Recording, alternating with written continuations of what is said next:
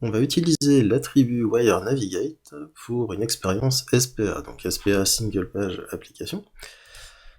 Si on se rend ici, voilà, sur la page de la liste des posts, quand on clique pour aller sur un post, au niveau ici du loader, vous voyez que ça se recharge. On a un rechargement donc de la page. Ok.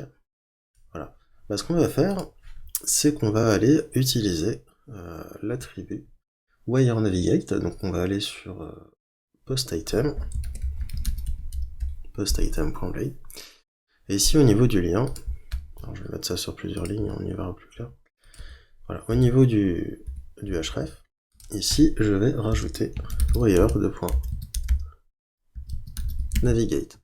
Donc là on va aller voir ce que ça donne, voilà, la page est rechargée, bien. Maintenant je vais aller cliquer sur les liens.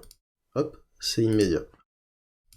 Et on voit qu'ici au niveau du bouton reload, il n'y a rien qui se passe. Donc là on a vraiment le comportement d'une single page application qu'on a avec Vue.js par exemple.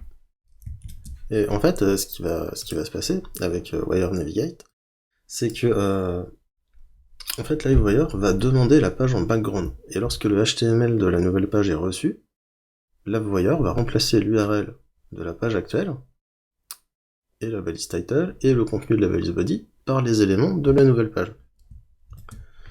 Voilà, et donc voilà pourquoi c'est aussi rapide que ça. Donc je répète, c'est lorsque l'utilisateur va cliquer sur un lien, LiveWire en fait va empêcher le navigateur de se rendre sur la nouvelle page. Au lieu de ça, il va demander la page donc, en background, comme je le disais, et lorsqu'il va recevoir le HTML, LiveWire va remplacer l'URL de la page actuelle, la balise title et le contenu de la balise body, par les éléments de la nouvelle page. Voilà, et c'est pour ça qu'on a donc ce comportement ultra rapide à la navigation. Donc ce qu'on peut faire aussi, c'est un bouton retour, par exemple sur la page post, là, sur la page show post. Donc c'est show post au singulier, voilà, show post, ok. On va mettre un bouton, enfin un lien quoi, un lien classe btn primary. On va mettre une classe mb4. Et ensuite donc on va utiliser un lien donc href. On va mettre route post pour revenir à la page précédente. Et dessus, alors bon, déjà je vais mettre comme ça, je vais mettre retour, on va voir ce qui se passe. Donc je vais actualiser. Quand je clique sur retour, voilà, on a une actualisation ici. Ok. Retour, hop, actualisation. Donc pour empêcher ça, on va se servir de WireNavigate, donc wire de point navigate, navigate, pardon. Voilà, je vais donc revenir sur cette page, et là, quand je reviens en retour, on voit qu'ici, il n'y a pas de reload, hein, d'accord? Donc là, WireNavigate fonctionne bien. Mais on peut utiliser aussi .over, donc avec .over, la navigation va être encore plus rapide.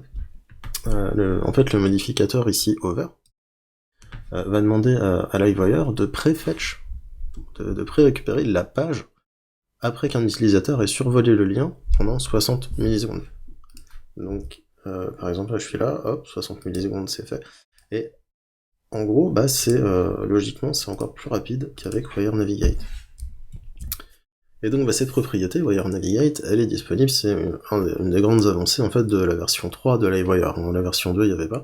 Cette version, il y a, et c'est quelque chose donc qui va être beaucoup utilisé par les développeurs, puisque quand on voit la vitesse, alors bien évidemment, il y a du JavaScript, encore une fois, sous le capot, mais quand on voit la vitesse à laquelle ça va, c'est vrai qu'on peut être tenté de mettre un WireNavigate sur tous les liens qu'on a.